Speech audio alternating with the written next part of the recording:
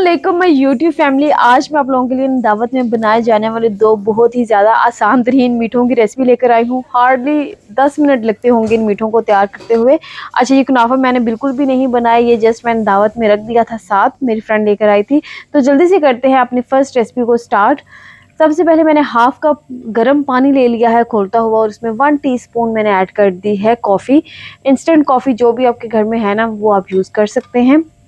अच्छा, इसको मैंने मिक्स करके एक साइड पर रख दिया। बहुत ही ज़्यादा ये आसान है। दो अदद अंडे ले लेने हैं। हाफ कप ऑयल ऐड कर दिया है, कुकिंग ऑयल।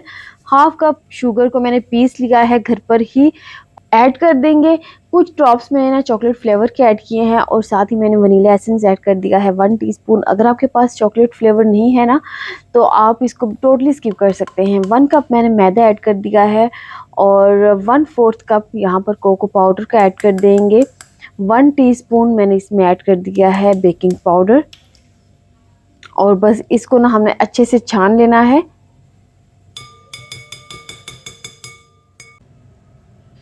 और जो कॉफ़ी वाला पानी था ना, वो भी हमने इसमें ऐड कर देना है।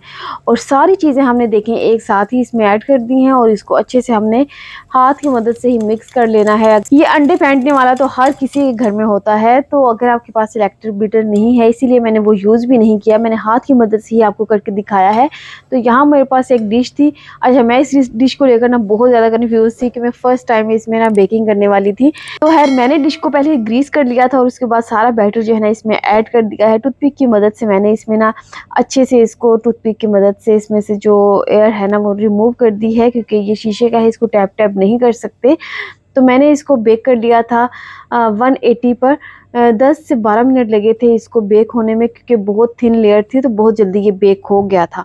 अच्छा, मुझे एक डर था कि मैंने फ़र्स्ट टाइम इस डिश को रख रही थी ओवन में, मुझे ये था कि ये क्रैक ना हो जाए, बट अल्हम्दुलिल्लाह से मैं कामयाब हो गई इसमें।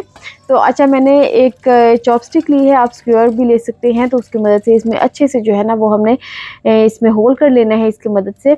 हाफ कप मैंने यहाँ पर मिल्क ले लिया है, और एक बड़ा सा स्पून भर के ना मैंने इसमें कोई भी आपने चॉकलेट स्प्रेड इसमें ऐड कर देना है। अगर आपके पास चॉकलेट स्प्रेड नहीं है, तो आप चॉकलेट चिप्स भी इसमें यूज़ कर सकते हैं, कुकिंग चॉकलेट यूज़ कर सकते हैं, कुछ भी आप यूज़ कर सकते हैं, बट वो होना चॉकलेट फॉर्म में ही चाहिए। तो अच्छा, ये ऐड करने के बाद ना मैंने इसको चूल्हे पर ना बिल्कुल लो फ्लेम पर रख दिया था, ताकि चॉकलेट जो है ना वो अच्छे से मेल्ट हो जाए। चोको ब्लिस के नाम से आई थिंक सो पाकिस्तान में एक चॉकलेट स्प्रेड मिलता है, वो यूज़ कर सकते हैं, क्योंकि न्यूटेला तो हम यूज़ नहीं कर सकते, बॉयकॉट चल रहा है, तो इसलिए मैंने भी ना वो यूज़ नहीं किया। तो मैं आपको दिखाती हूँ कि मैंने किस ब्रांड का जो है ना वो स्प्रेड यूज़ किया है, चॉकलेट वाला। तो यहाँ पर मैंने हाफ़ जो है ना वो टेट्रा पैक क्रीम ले ली थी। 125 ml का ये पैक था, तो मैंने ये तकरीबन हाफ़ से थोड़ा ज़्यादा ही लिया था, वो ले लिया। और 4 to 5 टेबलस्पून मैंने यहाँ पर दोबारा से चॉकलेट स्प्रेड जो है ना वो ले ली है, और इसको मैं माइक्रोवेव कर लूँगी 10-10 सेकंड्स के लिए। 3 दफ़ा कर लेना है, हर 10 सेकंड के बाद इसको निकाल कर अच्छे से इसकी चम्मच चला लेनी है। अच्छा, जो मैंने बताया ही नहीं कि जो मैंने मिल्क के साथ चॉकलेट स्प्रेड किया था, उसको मैंने इसके ऊपर पोर कर दिया है अपने केक के ऊपर। तो इसको मैंने थोड़ी देर ना छोड़ दिया था सेट होने के लिए। अच्छा, ये मैंने चॉकलेट स्प्रेड ये वाला यूज़ किया था, ये मैक्सटेला के नाम से आया था, तो मैंने ये सोचा ट्राई करती हूँ। अच्छा था ये भी ना। तो अच्छा, ये जब अच्छे से मिक्स हो गया, तो जब केक ने सारा मिल्क अब्ज़ॉर्ब कर लिया, तो उसके बाद मैंने इसके ऊपर अपना क्रीम और चॉकलेट वाला स्प्रेड जो है ना वो ऐड कर दिया। देखिए कितना खूबसूरत और शाइनी सा ना ये लग रहा है। अगर आपको ज़्यादा और शाइन चाहिए, तो आप इसमें ना 1 टीस्पून बटर भी ऐड कर सकते हैं। घर वाला बटर यूज़ नहीं करना, जो बाहर मार्केट वाला बटर है ना वो वाला यूज़ करना है।